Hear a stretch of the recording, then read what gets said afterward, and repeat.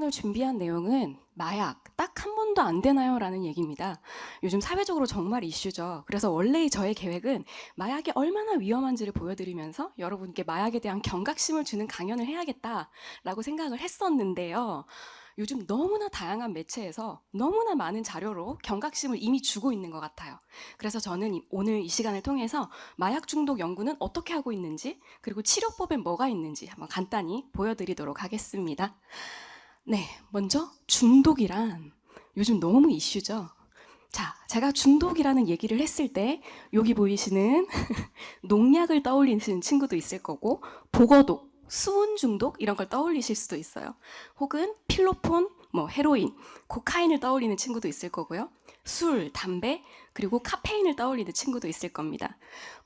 음악은 나라에서 허락을 했다고 하니까 오늘은 열외로 하도록 하겠습니다. 여기 보시는 포이즈닝 같은 경우는 심체적인 금단 현상을 일으켜서 이 해독제를 쓰면 빠른 치료가 중요한, 이럴 때 우린 포이스닝이라고 하고요. 또 이 정신적인 금단 현상이 크기 때문에 이 조금 더 시간이 더 오래 걸리는 치료법을 갖고 있는 게 어딕션입니다. 오늘 제가 준비한 내용은 어딕션에 관한 내용입니다. 여러분 도파민에 대해서는 많이 배우셨죠? 이 중독에 관여되는 모든 약물은 사실 이 도파민을 건드린다고 봐도 무방해요. 우리 몸에 존재하는 도파민 회로는 이렇게 크게 4가지 정도가 있습니다. 그런데 오늘은 여기저기 핑크색이랑 노란색 이 부분만 기억을 해주세요. 여기 핑크색 회로 같은 경우는 중변연계 경로라고 하는데 마약을 딱 했을 때 와 뭐야 이거 기분 너무 좋은데? 이거 느끼는 곳이 바로 여기 핑크색의 중변연계 경로입니다. 노란색 같은 경우는 마약을 하고 나서 뭐야 나 이거 기분 좋은데 또 하고 싶은데 어떻게 하면 돼? 하는 동기를 유발하는 곳, 이곳이 바로 이 노란색 경로입니다. 실제로 마약들이 이 경로를 어떻게 경유하는지 한번 보도록 하겠습니다. 여러분 코카인 들어보셨나요? 코카인 댄스 이런 거 있긴 하던데 네, 코카인은 코카나무 잎으로 만듭니다. 그리고 여러분이 먹는 코카콜라에는 들어있지 않습니다. 그래서 여기 보시면은 자, 영화에서 보는 코카인 흡입 장면들입니다.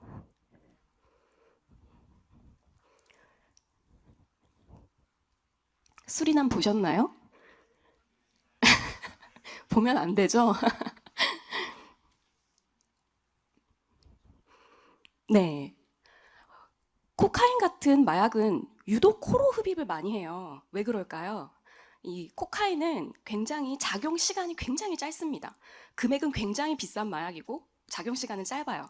그러면 어떻게 해서든지 이 코카인을 우리 몸에 서서히 조금씩 흡수를 시켜서 오랫동안 쾌감을 유지하고 싶거든요. 그렇기 때문에 코카인은 주로 코의 점막을 통해서 서서히 흡입을 시킵니다.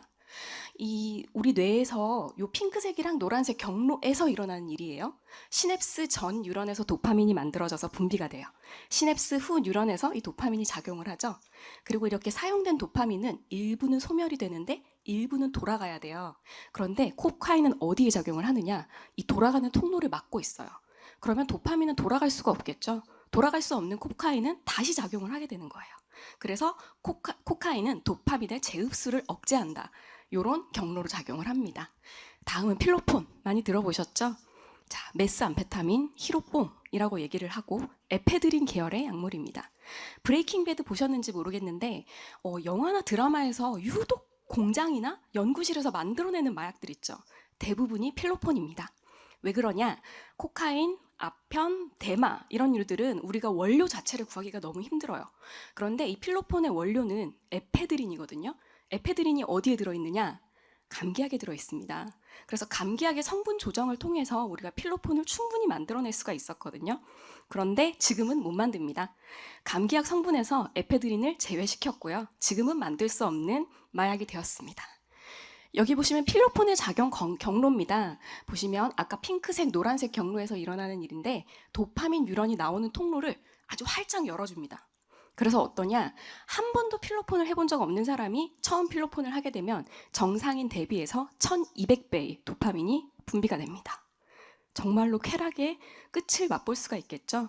이 도파민 다 어디서 올까요? 여러분이 살면서 많은 경험을 통해서 만들어 온 많은 도파민이 이때 사용이 되는 겁니다. 자, 오늘 필로폰을 했습니다. 그럼 이제 1200배의 필로폰이 도파민이 다 나왔어. 그럼 여러분, 내일 느껴야 할 소소한 행복들에 대한 도파민이 남아있을까요? 없겠죠. 그래서 어떤 사람들은 이렇게 얘기를 합니다. 마약을 하는 행위가 내일의 행복을 대출받아와서 쓰는 행위다. 이렇게 얘기를 하더라고요. 치료법에 대해서 좀 보여드릴게요. 마약 중독은 일단은 진단이 어렵습니다. 생각해 보세요. 암일 경우에는 뭐 MRI를 찍으면 우리가 검증을 할 수 있죠. 비만일 경우에 BMI나 인바디를 찍으면 되죠. 근데 마약은 이 중독을 진단할 수 있는 장비가 없습니다. 그렇기 때문에 이 치료제의 개발도 더 어려운 게 현실이고요.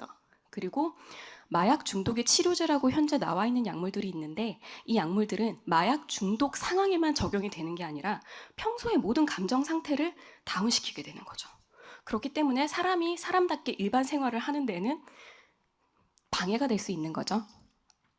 그래서 저는 지금 한 14년째 중독 관련된 연구를 하고 있는데 제가 봤을 때 중독 치료제는 이 세 가지를 갖춰야 합니다. 먼저 비약물적인 방법이어야 합니다. 왜냐하면 마약이라는 약물을 치료하기 위해서 또 다른 약물을 사용하게 된다? 그러면 그 약물에 중독이 되는 악순환이 반복이 돼요. 그렇기 때문에 비약물이면 좋겠고요. 두 번째로는 기왕이면 전반적인 뇌 기능을 개선하면 좋겠어요. 왜냐하면 뇌 전반에 다 영향을 줄 거니까요. 시작은 도파민이었지만. 그리고 마약의 사회가 시작된 이상 여러분이 평생 살면서 새로운 마약들에 노출될 기회가 너무 많습니다. 지금은 시작 단계예요, 여러분. 그렇기 때문에 여러분 평생을 두고 관리할 수 있는 방법이면 더 좋겠어요. 제가 하는 연구 잠깐 보여드릴게요. 아까도 말씀드렸지만 암 연구 같은 경우는 동물에 암세포를 주입을 합니다. 그런 식으로 만들 수가 있죠. 비만 동물 모델은 고지방 식이를 하면 되겠죠. 근데 중독은 사람이 인위로 시킬 수가 없어요. 쥐가 스스로 이 마약성 물질을 찾게 되는 행위를 하게끔 환경을 만들어줘야 되는 거거든요. 여기 보시는 게 파블로브의 조건반사 실험입니다. 여러분 알고 계시죠? 이 원리를 이용해서 쥐에게도 사용을 합니다. 쥐에게 레버를 누를 수 있는 환경을 주고 특정 레버를 눌렀을 때 마약이 나오게끔 세팅을 합니다. 그래서 1분간 시간을 줬을 때 얘가 얼마나 레버를 많이 누르느냐를 보고 중독이 됐다 판단을 하거든요. 제가 오늘 중독된 쥐 한 마리 보여드리겠습니다.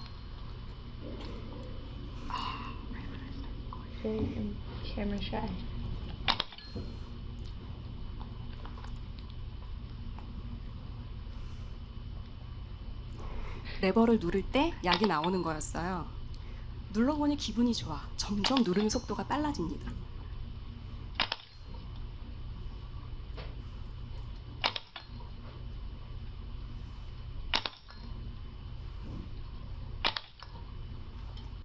네. 다시 본론으로 들어와서 최적의 마약 중독의 치료법은 뭐냐? 제가 봤을 때 뉴로 모듈레이션이라고 볼 수가 있을 것 같아요. 먼저 뇌를 직접 자극하는 방법이 있습니다. 어차피 신경세포는 전기 신호로 이동을 하죠.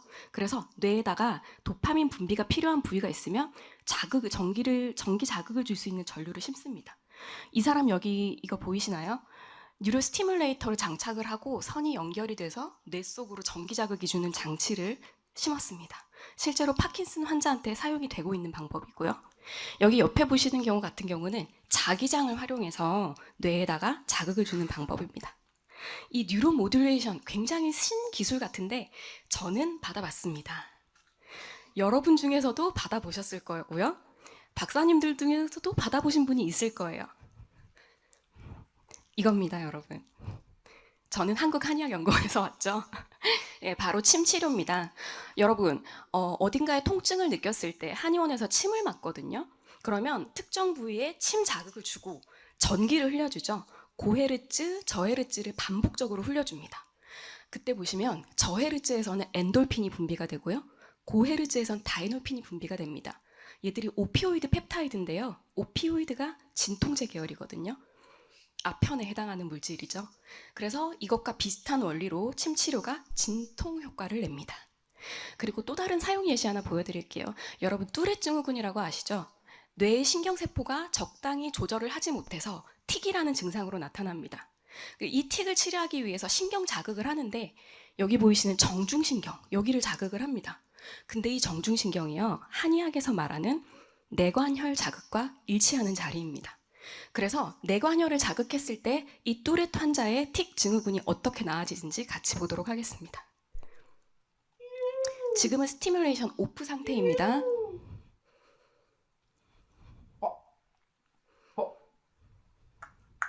전형적인 틱을 보이고 있죠? 자,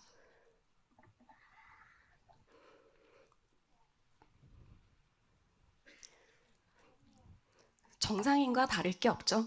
근데 좀 이따 또 꺼지거든요. 꺼질 때 한번 또 다시 보시겠습니다.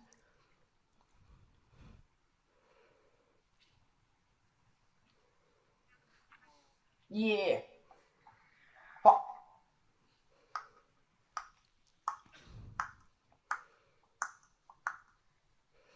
네, 어떠세요? 신경 자극 기술이 이만큼이나 발전을 했고 우리가 약물 중독에서 느껴지는 다양한 금단 현상들, 어쩌면 뉴로 모듈레이션이라는 기법으로도 치료할 가능성이 있을 것이라고 생각이 됩니다. 실제로 미국에서는 이런 장치가 이미 FDA 승인을 받았어요. 아편 금단의 치료제인데 귀에는 신경이 굉장히 많이 분포하고 있죠. 이 귀에 존재하는 경혈점 몇 군데를 자극을 해서 신경적인 안정을 줍니다. 그래서 마약 중독에 의한 금단 증상을 치료하는데 이미 활용을 하고 있는 거죠. 실제로 이런 식으로 해서 뇌 내의 다양한 기전까지 밝혀나가고 있는 모습입니다. 제가 오늘 준비한 내용은 여기까지인데요. 마약 중독을 치료하기 위한 치료제라고 해서 여러분들이 약을 떠올리셨을 거예요. 근데 제가 오늘 보여드린 자료를 통해서 치료제라는 개념이 약뿐만 아니라 비약물적인 부분까지 있다는 거, 여러분의 사고를 좀 확장시켜 줄 수 있는 기회가 되었으면 좋겠습니다. 감사합니다.